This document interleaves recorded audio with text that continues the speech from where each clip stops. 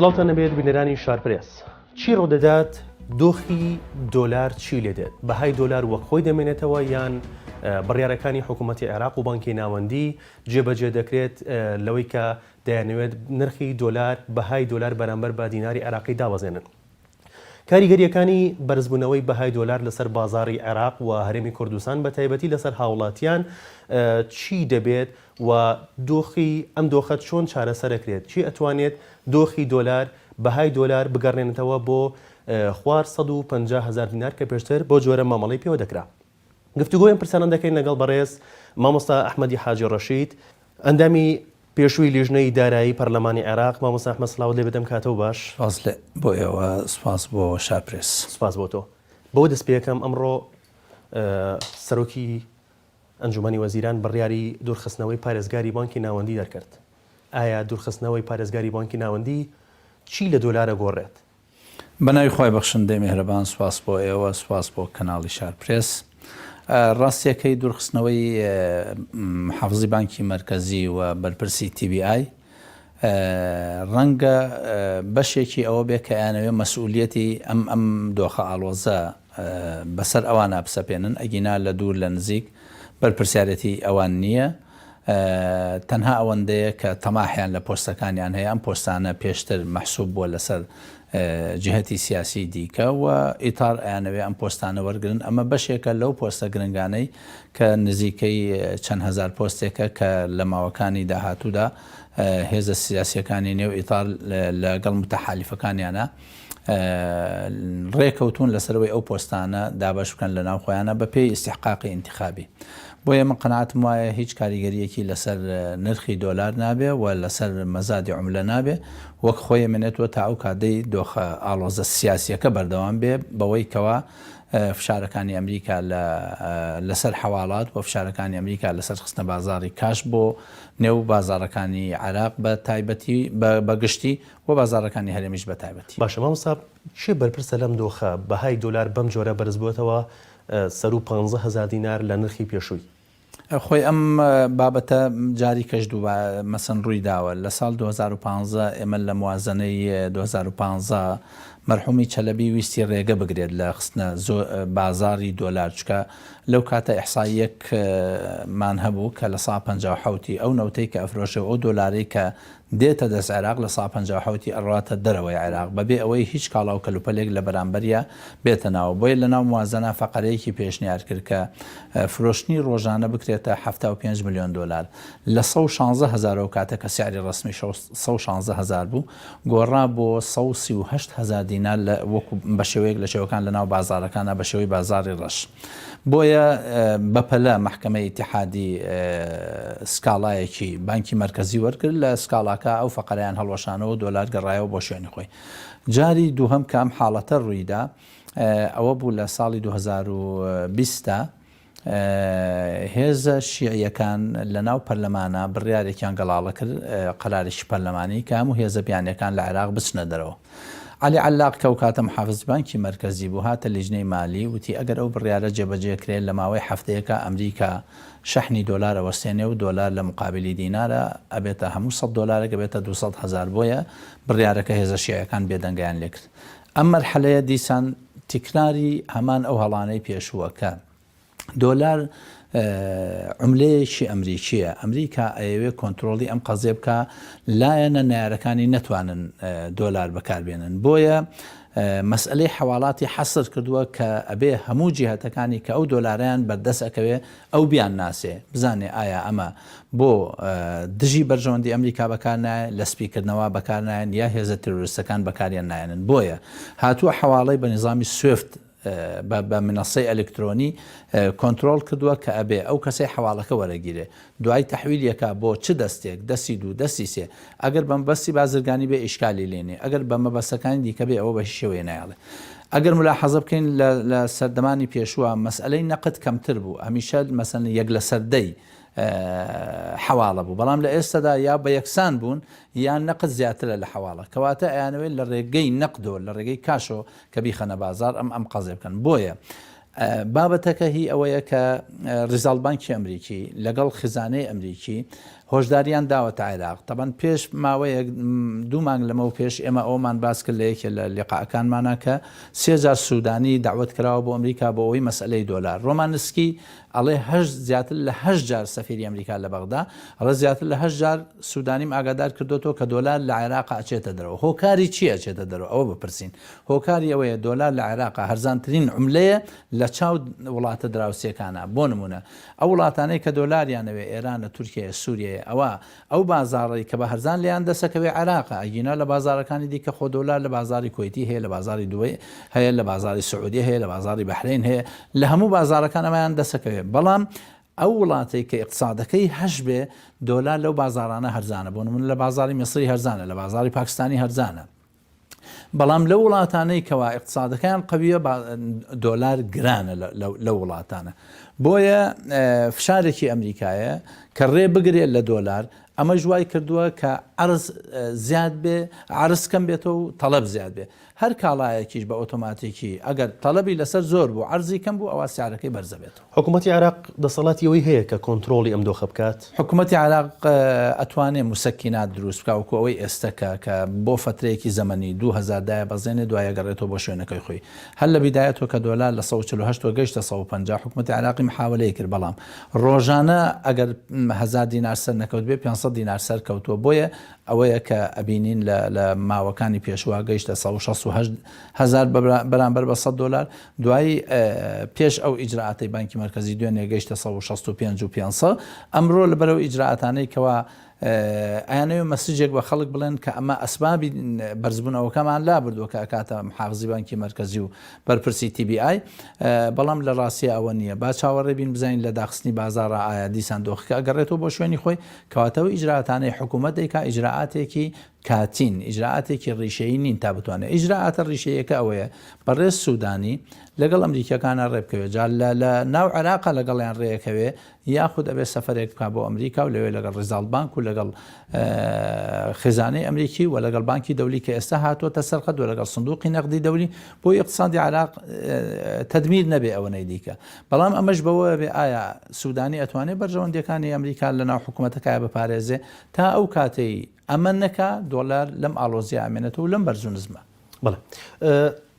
ئەمڕۆ خستنە بازاری دۆلار زیادی کرد. ئەم خستنە بازاری دۆلار کە ئەگەر بەو زیادی بمێنێتەوە بۆ ماوەی هەفتەیەک تەسیرەکان لە خستنە بازاری دۆلار بە دوو شێوەیە، یا حواڵەیە یا نەقدە. حواڵە مەحدودە، ئەبێ هەموو حواڵەیەک پێش هەفتەیەک ڕاتە ریزال بانکی ئەمریکا و لەوێت تەدقیقی وردی ئەوە کەنەم حواڵەیە بۆ کێ. ئەگەر موافقت لەسەر حواڵەکان بێت و ئەوە دێتە ناو بازاری عێراق یا ئەڕواتە ناو سیستەمی سوێفت و حواڵات. بەڵام مشکلەکە لە نەقدایە. ئێستا حەسارێک لەسەر نەقد دروست بوو، چاودێریەکی وردەکرێت لەو پارێزگایانەی کەوا لەسەر حدودن و بە شێوەیەک لە شێوەکان دۆلاریان لێوە ڕۆیشتوتە وڵاتانی دراوسێ. لە ئێستادا چاوێکی زۆر هەیە لەسەر هەردوو پارێزگا کەی هەرێم هەولێر و سلێمانی کەوا دۆلار لە ڕێگەی ئەمانەوە نەچێتە ئەو وڵاتە دراوسیانە کە بەشێک لە کەناڵەکانی ڕاگەاندن باز لەوەکەن ڕۆژانە چەند ملیۆنێک دۆلار هەم ئەچێتە تورکیا، هەم ئەچێتە سووریا، هەم ئەچێتە کۆماری ئیسلامی ئێران. ئەگەر بتوانن ئەمە کۆنتترۆل بکەن ئەوە ئەتوانن دۆلار دابەزێن. بەس ئایا با بپرسین ئەتوان کۆنتترۆلیکەن لە حاڵەتی کۆنتترۆلکردنیا کەواتە ئەبێت تەبادلی تیجاری لەگەڵ وڵاتان نێڵن، چونکە ئەوەی کە دێت و ئەگۆڕێ خۆتمەنی ئێرانی نایە بگۆڕێتەوە بە دۆلار. ئەوە کاڵاو کەلوپەلی ئێرانی و تورکیە دێن لێرە ئەکرێن بە دینار، دینارەکە تەحویلەکرێ بۆ دۆلار. کەواتە ئایا حکوومەتی سوودانی توانای ئەوەی هەیە ڕێ لە کاڵاو کەلوپەلی ئێرانی بگرێ؟ ئەوە ئەزمەیە، ئەیانەوێ ئەزمەیەک چارەسەرکەن، بەڵام بە ئەزمەی ڕوبەڕووی ئەزمەیەکی ترە بین و وەختە کاڵاو کەلوپەلی وڵاتانە نایەنە عێراق. ئایا ئەتوانێت سەرچاوی دیکە دابین کا بۆ ئەو کاڵاو کەلوپەلانەی کە ئێستا لە عێراقان؟ نەخێر ناتوانێت، چونکە با بڵێن ئیسیجابەی سەریع نییە. یا ئەو دەوڵەتانەی کەوا کاڵاو کەلوپەلە نێرن بەرژەوەندی اقتصادیان هەیە لە عێراق، بەرژەوەندی سیاسیشیان هەیە. کەواتە ئەگەر ئەمریکا لە سەرەشەی ئەمریکا ڕزگارمان بێت، لە سەرەشەی تورکیا و کۆماری ئیسلامی ئێران و سووریا ڕزگارمان نابێت. کەواتە حکوومەتەکەی سوودانی لە بەرامبەر تاقیکردنەوەیەکە. ئەم تاقیکردنەوەیە ئایا فعلەن هێزە ئەمریکەکان و هێزە بیانیەکان ئەیانەوێت حکوومەتەکەی سوودانی لە چوارچێوە بدەن؟ بەڵێ نافیزەی دۆلار باشترین فرسەتە بۆ ئەوەی دۆلار ئەوەندەی دیکە گران بکەن تاوەکو شەقام ڕوبەڕووی حکوومەتەکەی سوودانیە بێتەوە اینجا ڕازی ئەبێ بە مەرجەکانی ئەمریکا یاخود نەخێر حکوومەتەکەی سوودانی کە نوێنەری حکوومەتی ئیتالیەکانەوە لای ئەمریکیەکان ملاحەزەیەکی زۆری لەسەرە ئەوان ڕوبەڕووی ئەوەکەن کە حکوومەت هەڵبەشێتەوە یا ئیفلیس بێ. باشە مامۆستا محەممەد شیا سوودانی پێشەوەی کە پۆستی سەرۆکی ئەنجومەنی وەزیران وەربگرێت بانگشەوەی کرد کە نرخی دۆلار ئەگەڕێنێتەوە بۆ ساڵی 2020 و پێش ساڵی 2020 کە 120,000 بۆ 125,000 بوو بەڵام ئێستا تەواو پێچەوانی بانگەشەکەیەتی. ئەوانەی کە ئەچنە ئینتیخابات و هەندێک جار ئەو قەزیان لە بیرە چێتەوە کە ئەمە ئەگەر چووە بواری تەنفیزی چونکە ئەوانەی کەوا پەرلەمانتارن هەمیشە هەوڵەدەن زۆرترین دەنگ کۆکەنەوە بە قەناعەتی من شیا سوودانی بۆ ئەوەی ئەگەر قەناعەتیشی بە قەزێکە بوو بێ قەناعەتێکی هەڵە بووە چونکە لە کاتێکە دۆلار گرانکرا هەموو هێزە سیاسیەکان باستثنایی دەولەت قانون کە مالکی قیادەیەکە هەموو هێزە سیاسی فەزیلە ئەگینا هەموو هێزە سیاسیەکان بە دوو هێزە کوردیەکەیش ڕازی بوون لەسەرەوەی کەوا دۆلار گران بکرێت چونکە ئەمە خواستێکی سندوقی نەقدی دەولی و بانکی دەولی و بانکی مرکزی عراقی چونکە علی علاق کە وەزیری دارایی بوو ئەو فشارێک لەسەر بانکی مرکزی کە ئەو پاران ئەو دۆلاران دۆلاری وەزارەتی دارین وە کورتێنانی موازنەیان پێپڕ کردووە سوودانی ئەبوایە لەوە تێبگا کە ئەگەر دۆلار بگەڕێنێتەوە بە شوێنی خۆی واتە حکوومەتەکە 23 تریلیۆن دینار زەرەر ئەکا لە حاڵەتی ئێستا حکوومەتەکەی سوودانی کە کورتێنانەکەی لە ناو ئەو موازنەی کەوا ئەرقامی تەخمینی دەرچووە زیاتر لە 100 تریلیۆن دینارە ئەگەر دۆلار بگەێنێتەوە بۆ 120 ئەو کورتێنانە ئەبێتە 150 تریلیۆن کەواتە حکوومەتەکەی ناتوانێت 6 مانگ بەردەوام بێ بۆیە لە دوو حاڵ بەدەر نییە بۆ کۆکردنەوەی دەنگ بووە یاخود هەڵە تێگەشتن بۆ لەو سیستەمە نەقدیە کە لە عێراقا هەیە. باش مامۆستا ڕۆژانە بانکی مرکزی بڕێک دۆلارە خاتە بازارەوە بە نرخی 146,500 دینار بەڵام جیاوازیەکە زۆرە تا ئەگاتە دەستی هاوڵاتی ئەبێتە 165,000 وەک لەم چەند ڕۆژەی پێشووە گەشتە 167,000 ئەم جیاوازی پارەیە بۆ چێە؟ بۆ ئەوانەیە کە ئەو پارەیە وەرەگرن مەسەن ئەمانە زۆربیان ئەحزاب لە پشتیانۆیە شخصی متەنەفیز لە پشتیانۆیە بۆیە ئەم پارەیە یەکەم جار نییە کە ئەمانە سەرمایە عێراق بەم شێوەیە لە ساڵی 2005ەوە هەتاوەکو ئێستا مەزادی عوملە گەورەترین دەرگای فەسادەکە کراوەتەوە مەسن لە ماوەکانی پێشووە لە ئاخر ئیحسایەت کە ئێمە لە 2015 لە ڕێگەی مەرحومی چەلەبیەوە لە ناو لیژنەی مالیە باسی کرد 312 میلیارد دلار چووەتە دەرەوە لەو 312 میلیارە 112 میلیاری ئەسڵان سەرنویشتی دیار نەبوو مەسەن بانکەکان لە هەموو عێراقا بە بانکانی هەرێمی کوردستانیشەوە چونکە ئێمە زیاتر لە 30 بانک هەیە کە خەڵکی هەرێمی کوردستان بەشداریانتیا هەیە هی خەڵکی هەرێمی کوردستان بەرپرسانی هەرێمی کوردستان نەک خەڵک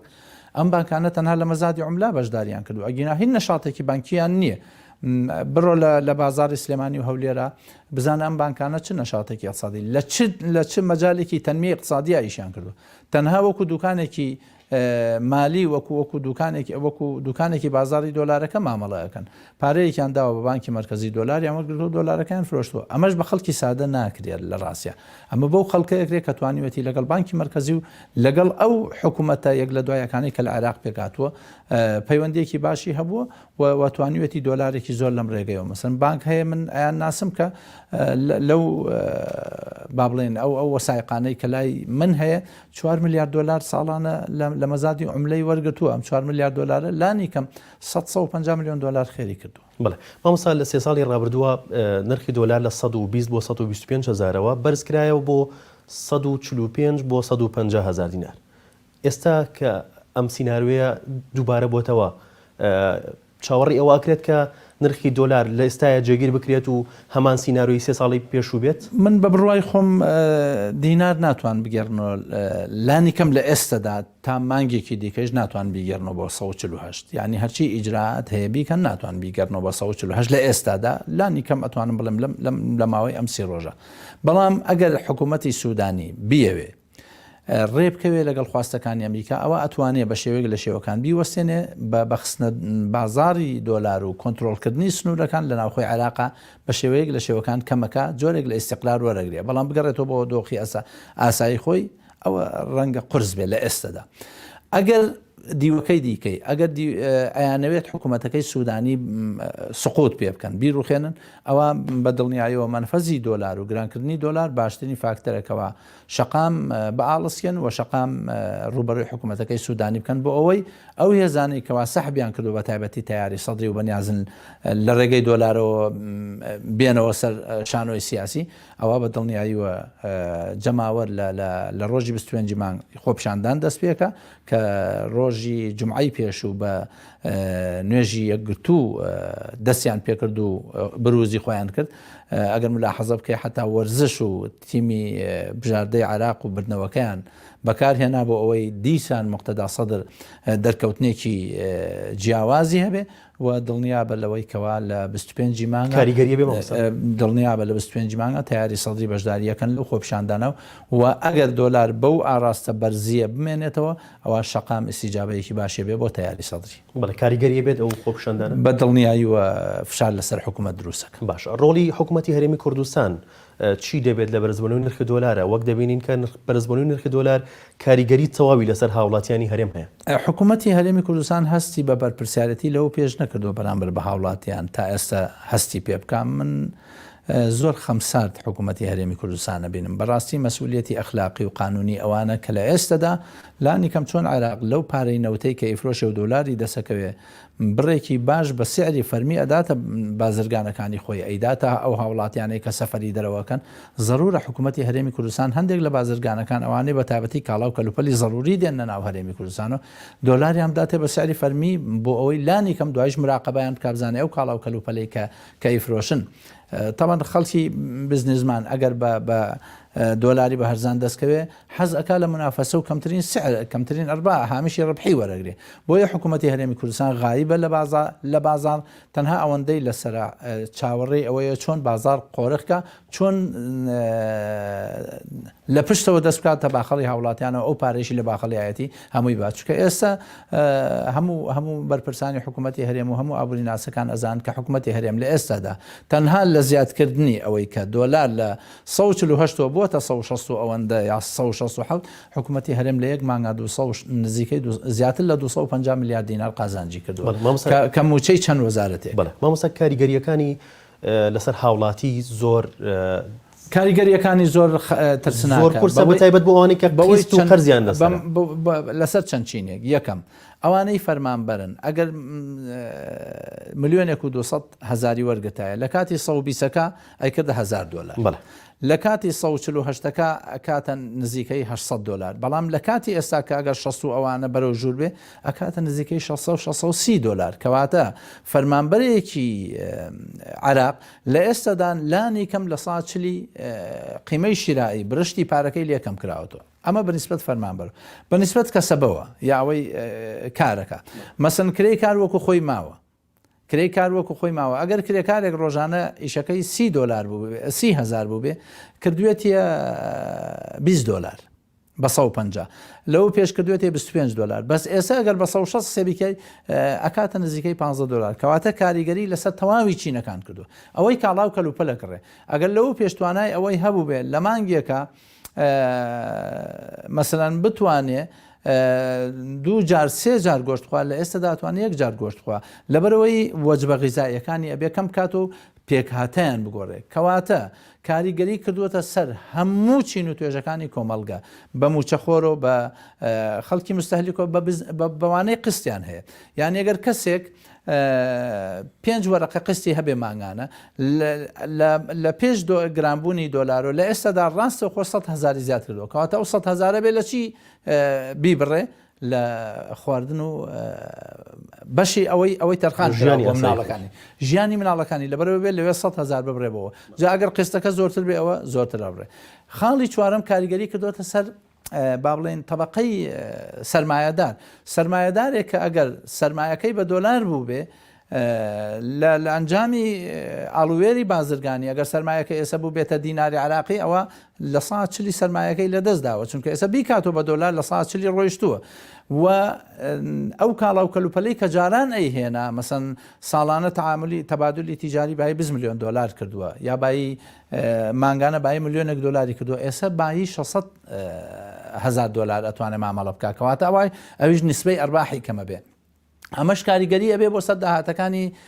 حکوومەت کە زەرائب کەمەکە ڕسوم کەمەکە هەموو ئەم بابەتانە کاریگەری هەبێ لە حکوومەتەوە تاوەکو آخر هاوڵاتی کە باشە مامۆستا کۆتا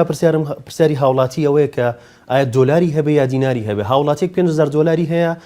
نازانێت $5,000 بێڵێتەوە یان بیگۆڕێت یان بەرامبەر بەهای $5,000 دینار دابێت من پێشم بڵێت ببورە پێشم بڵیت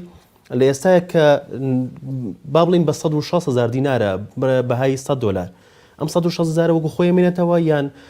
هەرچەندە لە گفتوگەکانمانە وتمان بەڵام ئایا چاوەڕێکرێت دابەزێت یان وەکو خۆی مێنێتەوە بەوەی کەوا بزانین چی لێ دێ بەڵام ئەوە زانین ئالۆزە باشە بەس هاوڵاتیەک چی بکات دۆلار دانیا دینار ئەگەر دۆلاری هەیە با دۆلارەکان وەکو خۆی بەجێبێڵێ چونکە 2000 هەر ئەو دۆلارەیە کاڵاو کەلوپەلی پێکرێ ئەمجا ئەگەر دۆلارەکە دابەزی ئەوە کاڵاو کەلوپەلیش دابەزێ بۆ نمونە هاوڵاتیەک پارەیەکی داناوەی بە سیارە بکڕێ لە ئێستادا بەهۆی بەرزبوونەوەی دۆلار نرخی سیارە بەرز بۆتەوە کاتێک کە نرخی دۆلار دابەزێ واتە نرخی سیارەکەواتە دۆلارەکان دانێوەکو خۆی هیچ دەستکاریەکی نەکات چکە ئەگەر دوایی دابەزیۆ ئەمە هیچ زەرێکی نەکردو چکە بۆ کاڵاو کەلوپەلی داناوە ئەگەر دیناری هەیە ئەو بابەتە لە خۆی ئالۆز نەکات چکە بۆ کاڵاو کەلوپەلی پێداویستی ڕۆژانەی داناوە لە ئێستادا لەبەرەوەی بابەتە ئابوووریەکە ئاڵقێنراوە بە بابەتە سیاسیەکەوە واتە دۆلار وەکو چەکێکی سیاسی ئێستا بەکارهێنن بە یەک سەردان بە یەک تویت بە یەک تەسریح بەرزونزمەکە بۆی ئەو تووشی قەلق و ناڕەحەتێ بێ بۆی دینارەکانی وەکو خۆی بەجێ بێڵێ تاوەکۆگاتە ئەو فرسەتەی کە قەنەعەتی بەوە هەیە ئیتر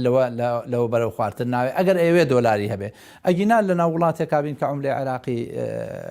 کاڵاو کەلوپەلی پێکرێ هیچ پێویست ناکە خۆی تووشی ئەو قەلەقێ بکە و هیچ پێویست ناکە بەوەی مجازەفە بکە بە گۆڕینەوە و ئاڵوێری دۆلار بە دینار یا دینار بە دۆلار بۆیە ئەوەی دۆلاری هەیە با دۆلارەکان احتفاظ پێ بکە ئەوەشی دیناری هەیە بە احتفاظ بە دینارەکانی بکە. بەڵێ سواز بۆ بەڕێز مامۆستا ئەحمەد حاجی ڕەشید ئەندامی پێشووی لیژنەی دارایی پەرلەمانی عێراق سواز بۆ بینەرانی شارپرێس کە تا ئێستا بینەرمان بوون هیوای کاتێکی خۆشتان بۆ خوازی.